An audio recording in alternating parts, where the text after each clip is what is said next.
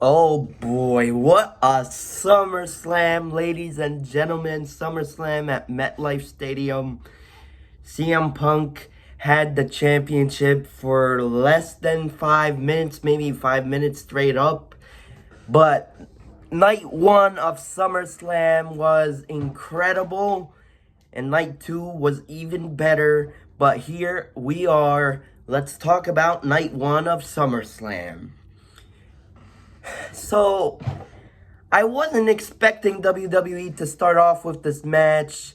Roman Reigns hasn't started up a premium live event in months, let alone years. But here we are, Roman Reigns and Jey Uso versus Braun Breaker and Bronson Reed started off the whole weekend, and they showed up and showed out, and Roman Reigns was the Roman Reigns we got was the Roman Reigns was is the type of guy that did anything in his power to win this match. And Bronson Reed and Braun Breaker was incredible in this match. No star showed up above the other, which was incredible to watch. Roman Reigns overshot that flying over the top rope onto Braun Breaker and Bronson Reed as well. And in the end, we saw Roman Reigns, the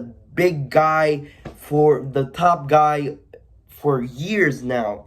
Now he's trying to put over other people in his family like Jey Uso, and in the end of the match, he took that spear. Other than Jey Uso, he took that spear for Jey Uso, having Jey Uso get that pin, 1, 2, 3, and he put over Jey Uso in the biggest way possible, because now Roman Reigns is going to film Street Fighter, and Jey Uso is going to be around yeeting with the business, having the fans yeet their yeets off, and eat their yeets off. Sure, yeah. One take philo. Eat their yeets off and start off the show yeeting and getting the fans pumped up. Getting the fans pumped up for the show. But this match was an amazing opener for SummerSlam ever. Roman and Jey win in the biggest way possible. And there were a lot of spears in this match, a lot of splashes. It was just insanely good.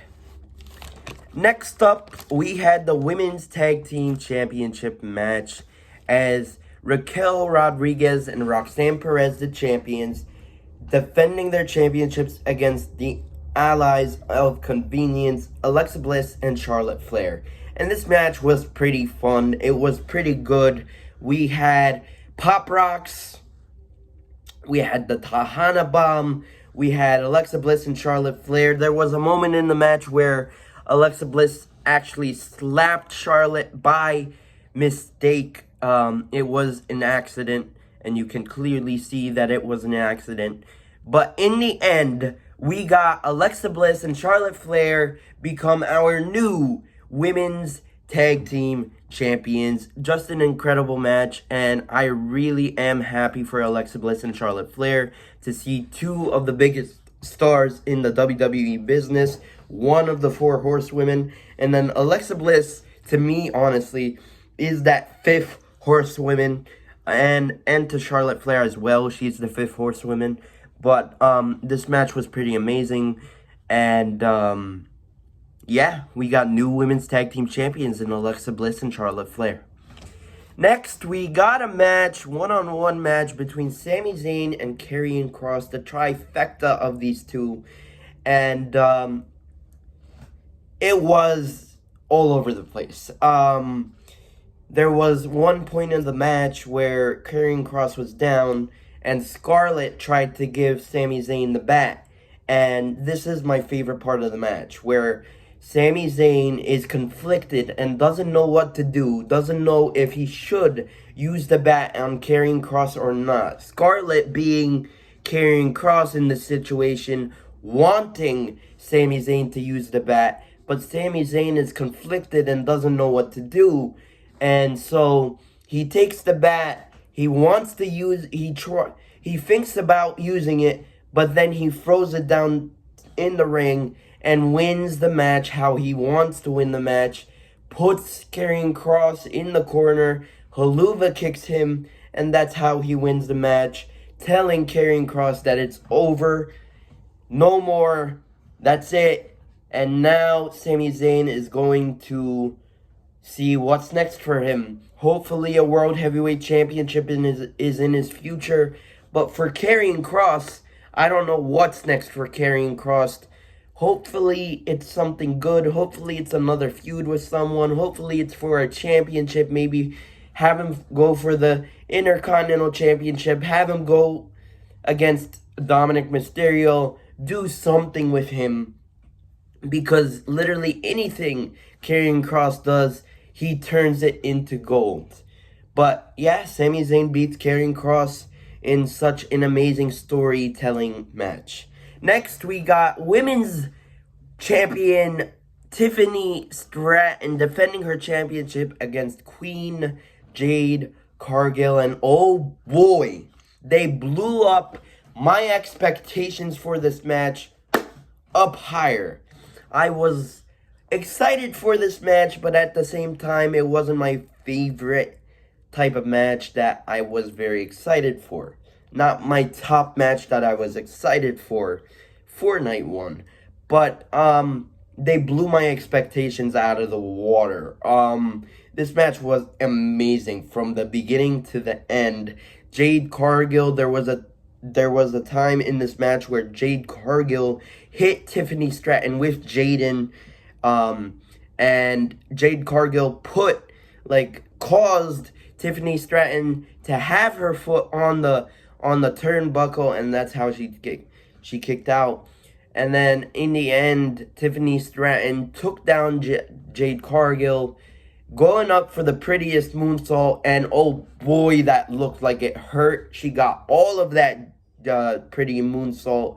1, 2, 3. Tiffany Stratton came to Jersey. The Storm came following her, and Tiffany Stratton walks out of MetLife Stadium, still our women's champion. What a match. What a match. Jade Cargill looked strong in this match. Tiffany Stratton also looked strong in this match. This match was just incredible. And Tiffany Stratton, still our women's champion.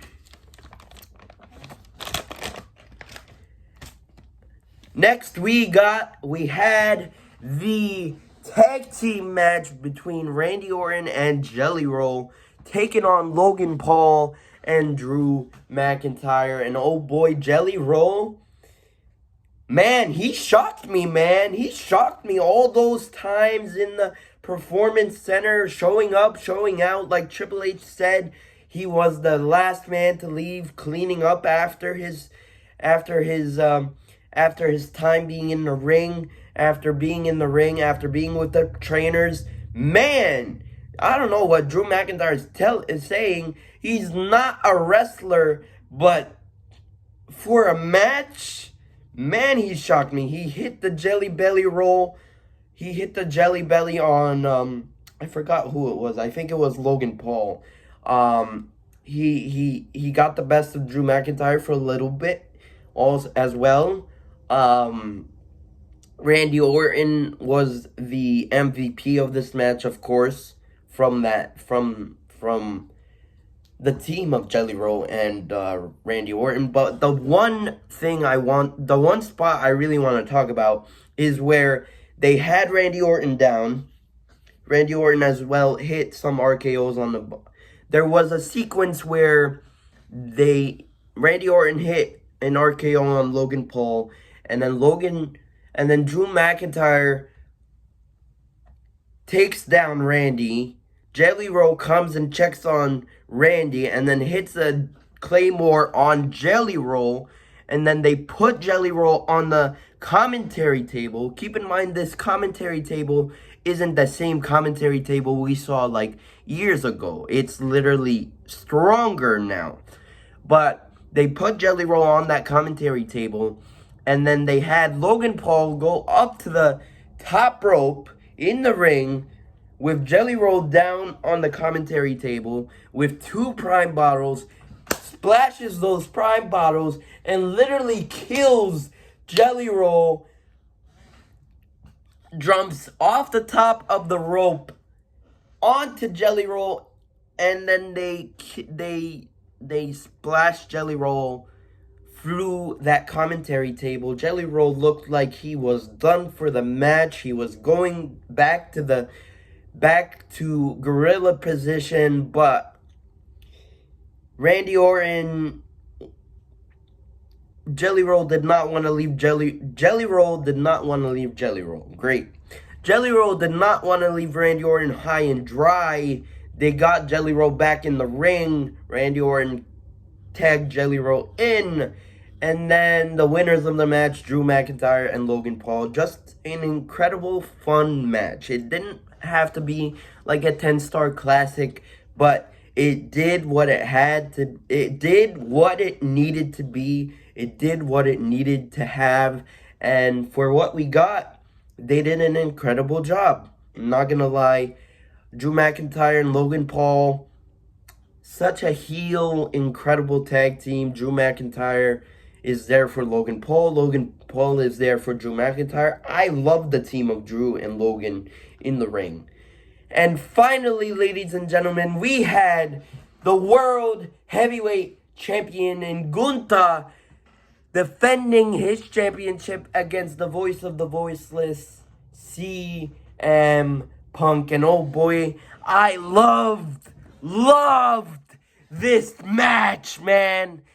Gunther defending his championship against CM Punk. Gunther hit CM Punk with all he had. He hit him with the power bomb, not once but twice. Not twice but 3 times maybe. CM Punk also hit him with GTS. These guys hit each other with the cloverleaf, counter after counter after counter.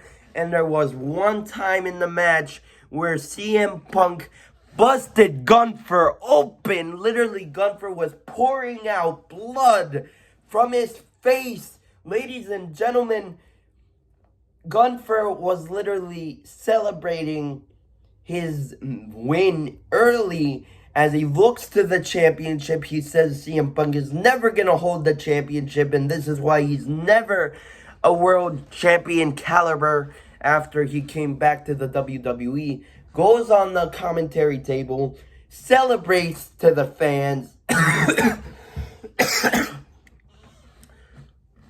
He celebrates to the fans. And then this is why you can't turn your back on CM Punk. CM Punk gets back up, sweeps him off his feet, and I don't know what Gunther hit, but when we saw Gunther again, he was pouring out blood on his face, and we couldn't see his eyes, and Gunther couldn't even see in front of him.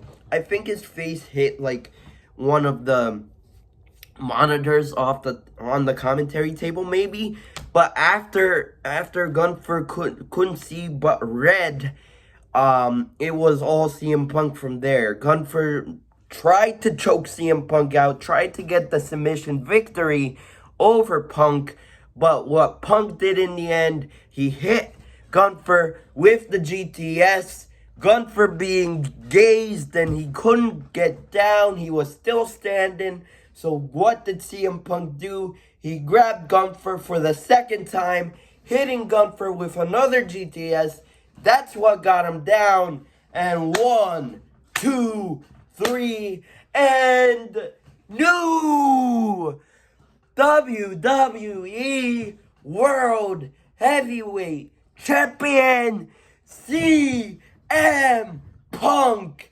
And CM Punk finally gets his moment, looking at the World Heavyweight Championship, has it in his hands, looks at it, gets up, raises it to the crowd as a thank you for us, the crowd, his fans.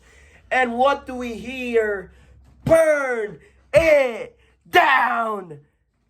Seth Rollins comes out with Braun Breaker, Bronson Reed, and Paul Heyman, the Oracle, with the crutches. He's crippled. We all think he's there to remind CM Punk that he's still the Money in the Bank briefcase holder, even though he's injured. And then he looks back. He goes back to gorilla position. We all think that he's going to go back to the gorilla position. But what did he do? He drops the crutches. He takes out his brace. He runs down to the ring. He takes out CM Punk with badges to the back with the Money in the Bank briefcase. And Seth Rollins cashes in. He pulls off the Oracle of the Century, the Heist of the Century 2, whatever you want to call it. Punk gets hit with a curb stomp. 1, 2, 3, and new World Heavyweight Champion Seth frickin' Rollins. What a literal main event. What a literal cash in. Guys, never, ever doubt Seth Rollins again. He got me. He literally worked me. I literally thought that injury was real. And I love Seth Rollins. I love Roman Reigns. Out of the Shield. Yeah, what a main event. That main event was incredible. Maybe even my top 10. It's going to be in my top 10. Just an incredible match, ladies and gentlemen. It's going to be in my top 10 for sure. And look out after my SummerSlam videos. Or reviews. Look out for my top 50 premium live event matches. Because I'm definitely going to make that video soon. But what a night one, ladies and gentlemen. Comment down below what you guys thought of night one. I really wish that I went, but I couldn't. I was this close of going. One of my friends invited me. It was in the 300 sections, but I didn't really care. I wanted to be there, man. But, yeah. What a night one. Night two blew night one out of the water. But both nights of SummerSlam literally killed both nights of WrestleMania this year. SummerSlam this year was incredible. And keep on the lookout for my night two react or review. Anyway, guys, please like, comment, share, subscribe, and I'll see you guys in my next video. But until then, peace. Love you guys.